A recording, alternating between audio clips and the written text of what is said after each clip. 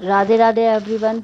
आज की इस वीडियो में हम जानेंगे कि साल 2026 में सकट चौथ का व्रत कब रखा जाएगा, पूजा का शुभ मुहूर्त क्या रहेगा, चंद्रोदय का सही समय क्या रहेगा और किस विधि से हमें सकट चौथ के व्रत की पूजा करनी चाहिए, किस तरह से हम बहाना निकालें और बहाना पूछकर हमें किसे देना चाहिए और व्रत का पारण हमें किस तरह से करना चाहिए। फ्रेंड्स, हर साल माघ महीने के कृष्ण पक्ष की चतुर्थी तिथि को सकट चौथ का व्रत रखा जाता है।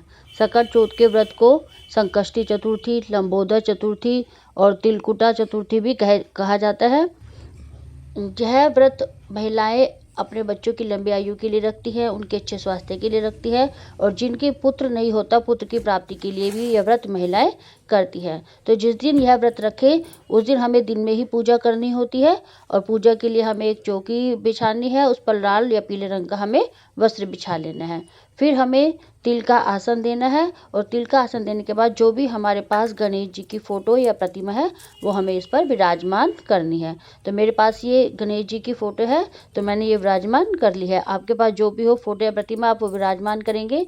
स्नान के भाव से हमें जल छिड़कते हुए गणेश जी को स्नान करवाना है और फिर हम तिल का आसन देते हुए एक शुद्ध देसी घी का दीपक हमें प्रज्वलित कर लेना है। आप चाहें तो इसमें कलश की स्थापना भी कर सकते हैं, नारियल कलश की स्थापना भी कर सकते हैं और दीप कलश की स्थापना भी इसमें की जा सकती है। लेकिन हमारे यहाँ कलश की स्थापना नहीं होती तो इसलिए मैंने एक लोटा जल ही रखा है जो बाद में हम रात के समय चंद्रमा को अर्घ हम इससे देंगे। और उसके बाद हमें धूप दिखानी है और फिर हमें चंदन से गणेश जी भगवान को तिलक करना है, दीपक पर भी हम तिलक करेंगे और फिर हमें रोली से गणेश जी को भी तिलक करना है और जो हमने दीप प्रज्वलित किया है उन्हें भी हम रोली से तिलक करेंगे। इसके बाद हमें जो भी हमारे पास ऋतु फल है वो हमें समर्पित करने हैं। अगर आपने तिलकुट दिन में ही बना लिया है, कई लोग सुबह कहानी सुनने से पहले ही तिलकुट बना लेते हैं, तिलों को भूनकर उसमें घी और मीठा मिलाकर यह तिलकुट बनाया जाता है। अगर आपने कहानी सुनने से पहले बना लिया है तो आप तिलकुट समर्पित कर सकते हैं और नहीं तो आप तिल भी चढ़ा सकते हैं। और जो भी आपने मीठा रसोई में बनाया हो तो वो भी आप चढ़ा सकते हैं। मैंने यहाँ गाजर का हलवा बनाया था तो मैंने वो समर्पित किया है और हमें जल समर्पित करना है। उसके बाद हमें गणेश जी महाराज को वस्त्र रूपी कलावा समर्पित करना है और अगर आपके पास जनेऊ है तो आप जनेऊ भी चढ़ा सकते हैं और अगर आपके पास जनेऊ नहीं है तो आप सिर्फ कलावा ही वस्त्र के रूप में समर्पित कर सकते हैं। गणेश जी को हमें फूल चढ़ाने हैं। लाल रंग के फूल गणेश जी को बहुत ही प्रिय होते हैं। अगर आपके पास लाल गुड़हल का फूल मिल जाए तो बहुत अच्छा है, आपको ज़रूर से चढ़ाना है और अगर नहीं मिले तो जो भी फूल आपके पास है आप वो चढ़ा सकते हैं। फूलों की माला भी आप चढ़ा सकते हैं। जितने जो हमने दीपक जलाया है उस पर भी हमें जो है फूल चढ़ाने हैं। तो गणेश जी को हम फूल समर्पित करेंगे और दीपक है वहाँ पर हम फूल समर्पित करेंगे।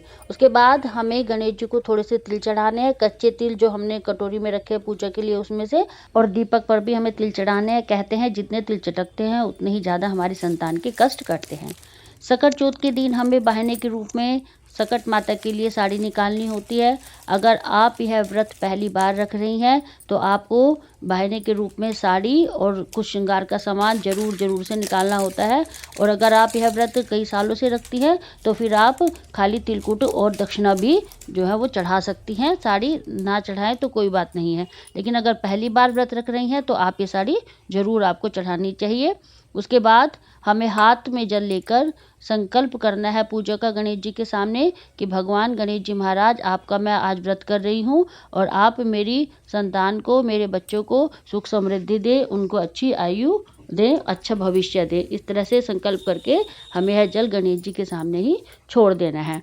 फिर हमें पूजा करनी है, कहानी सुननी है। सकट चौथ के व्रत में कहानी का बहुत अधिक महत्व होता है। कहानी सुनते समय हमें हाथ में तिल लेने हैं और फिर सकट चौथ व्रत की कथा हमें सुननी है। सकट चौथ व्रत की कथा का वीडियो भी आपको चैनल पर अलग से मिल जाएगा, क्योंकि अगर मैं इस वीडियो में कहानी सुनाऊंगी तो वीडियो बहुत लंबी हो जाएगी। इस तरह से कहानी कहने के बाद हमें जो हमने तिल लिए थे उसे 2 हिस्सों में बांट लेना है। थोड़े से तिल हमें जो हमें दिन में सूरज को जल देना है कहानी सुनने के बाद, उसमें हमें डाल लेने हैं।